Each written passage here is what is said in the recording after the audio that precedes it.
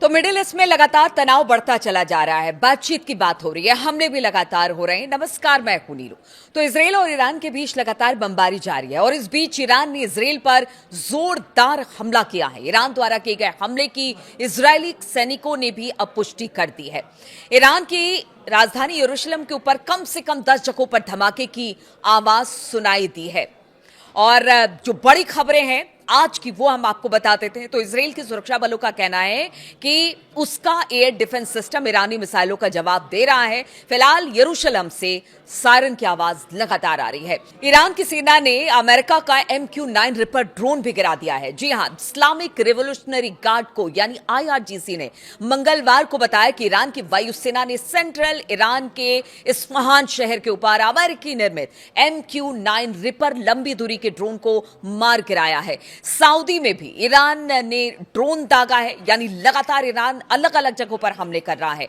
America Israeli हमलों के जवाब में ईरान लगातार खाड़ी देशों में अमेरिकी सैन्य ठिकानों को भी निशाना बना रहा है और इसी क्रम में ईरान ने सऊदी के अल खराज प्रांत पर ड्रोन दागा है, जिसे सऊदी की एयर डिफेंस सिस्टम ने नष्ट कर दिया है, ऐसा उनका कहना है। सऊदी के अल खराज प्रांत ने बताया कि ड्रोन के दुर्घटनाग्रस्त होने से जो मलबा गिरा है उसके कारण करीब करीब 6 घरों को मामूली नुकसान हुआ है। इस घटना में कोई घायल नहीं हुआ है। इधर अगर ईरान की बात की जाए तो दुबई में कुवैत तेल टैंकर पर भी हमला किया गया है और वहां पर भी भारी नुकसान की खबर आ रही है। कुवैत की सरकारी तेल कंपनी के हवाले से जो खबर आ रही है, समाचार एजेंसी है कूना, उसने बताया कि संयुक्त अरब अमीरात के दुबई बंदरगाह के लंगरगाह क्षेत्र में मौजूद कुवैत के विशाल कच्चे तेल टैंकर पर ईरान ने जानबूझकर हमला किया, ऐसा कुवैत का कहना है। ईरानी हमले के कारण कुवैती तेल टैंकर में आग लग गई। हालांकि इस घटना में कोई घायल नहीं हुआ है। देखिए, ये ईरान लगातार हमला कर रहा है क्योंकि इन सब जगहों से इजराइल और अमेरिका भी उस पर लगातार वार कर रहा है और अब तो जो उसके न्यूक्लियर ठिकाने ईरान पर, उस पर हमला हुआ है वो आपको बाद में बताएंगे। लेकिन एक और खबर सामने आ रही है, 4 इजरायली सैनिकों की मौत हो गई है। जी हां, इजरायली रक्षा बलों यानी IDF ने मंगलवार को दक्षिणी लेबनान में अभियानों के दौरान 4 इजरायली सैनिकों की मौत की पुष्टि की है। IDF ने भी ये कहा है कि 3 सैनिक घायल हुए हैं।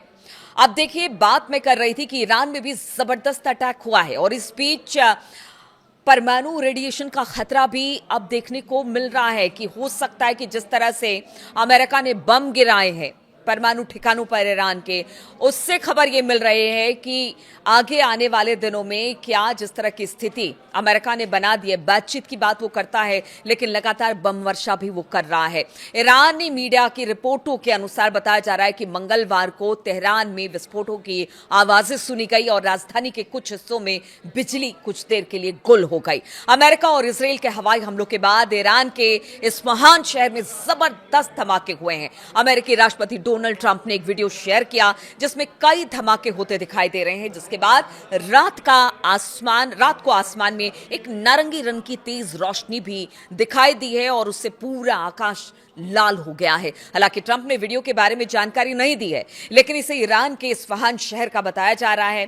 वॉल स्ट्रीट जर्नल की बात की जाए तो एक रिपोर्ट में उसने बताया कि अमेरिका और इसराइल की सेना ने एक परमाणु केंद्र को निशाना ईरान के बनाया है, संयुक्त हमले किए हैं और इसके बाद यह आग का गोला दिखाई दिया है। अमेरिकी अधिकारियों के हवाले से जो रिपोर्ट इस वक्त सामने आ रही है उसमें कहा गया है कि गोला बारूद के डिपो को निशाना बनाने के लिए कई बंकर बस्टर बमों का इस्तेमाल किया गया। एक अधिकारी ने यह बताया कि डिपो पर करीब 2000 पाउंड यानी कि लगभग 900 किलोग्राम के बंकर बस्टर बम ईरान के अलग अलग ठिकानों पर गिराए गए हैं। ऐसा रिपोर्ट में दावा किया गया है कि इस हमले के बाद कई जोरदार धमाके हुए जिसमें आग के गोले आसमान की तरफ उठे। धमाकों से पूरे इलाके में जोरदार झटके ईरान के महसूस किए गए। इस हमले ने तनाव को और ज्यादा बढ़ा दिया है क्योंकि कहा जा रहा है कि अगर इस्फहान में हमला हुआ है तो यहां पर किस तरह का नुकसान हुआ और इसके बाद ईरान किस तरह से रिटेलिएट करता है, यानी और जबरदस्त तरीके से हमला करता है। क्योंकि हमने देखा है कि जब भी अमेरिका और इजराइल को इसी बड़े हमले को अंजाम देते हैं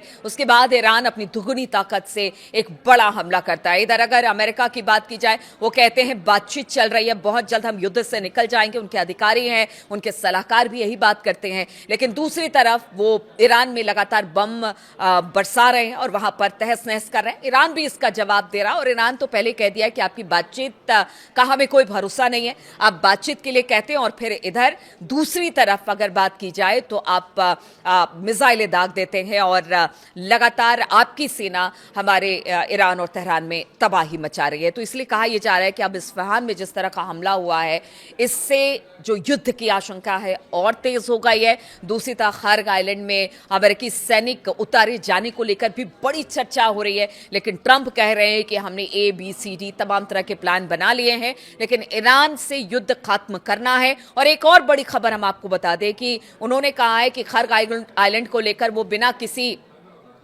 किसी बातचीत के वो इसे दे देंगे, लेकिन उनका ये कहना है कि ईरान को भी कुछ बातों को हमें मानना होगा। अब ये बातें क्या हैं, वो आखिर क्यों नहीं किसी जो हॉर्मूज है उसको खुलवाने के लिए वो कह रहे हैं कि हम किसी भी अपनी तरफ से शर्त नहीं रखेंगे। आखिर ऐसा ट्रंप क्यों कह रहे हैं? क्यों आखिर जिस हॉर्मूज को लेने के लिए वो सैनिक उतार रहे थे और कह रहे थे कि वहां पर किसी भी हालत में ईरान को रास्ता खुलना पड़ेगा, अब बिना किसी शर्त के बातचीत को वो तैयार हो गए। आखिर इसके पीछे की क्या वजह है, ये भी अब ईरान भी इसे लेकर सोच रहा है कि क्या किसी बड़ी तैयारी में ट्रंप दिखाई दे रहे हैं, क्योंकि अब ट्रंप के सामने कोई चारा नहीं बचा है। दुनिया इस वक्त ग्लोबल क्राइसिस से गुजर रही है और इस ग्लोबल क्राइसिस का असर चाहे वो ईरान, अमेरिका और इजराइल पर नहीं हो रहा है, बल्कि पूरी दुनिया पर हो रहा है। हर जगह गैस और जो तेल है उसकी किल्लत हो रही है और इस गैस तेल की किल्लत की वजह से बाकी सामानों के दाम भी बढ़ रहे हैं। अब तो अमेरिका में भी आप सोचिए कि पेट्रोल 36% महंगा हो गया है। ऐसे में ट्रंप क्या करेंगे? क्या युद्ध को यहीं से समेटा जाएगा या युद्ध और भीषण होगा? क्योंकि जितनी बार ट्रंप दावा करते हैं कि वो बातचीत कर रहे हैं, उतनी बार एक बड़ा हमला तेहरान पर हो जाता है। अब आगे किस तरह की स्थिति बनती है, इस पर लगातार हमारी नजर बनी रहेगी। बहुत बहुत शुक्रिया मेरे साथ इस वीडियो में शामिल होने के लिए।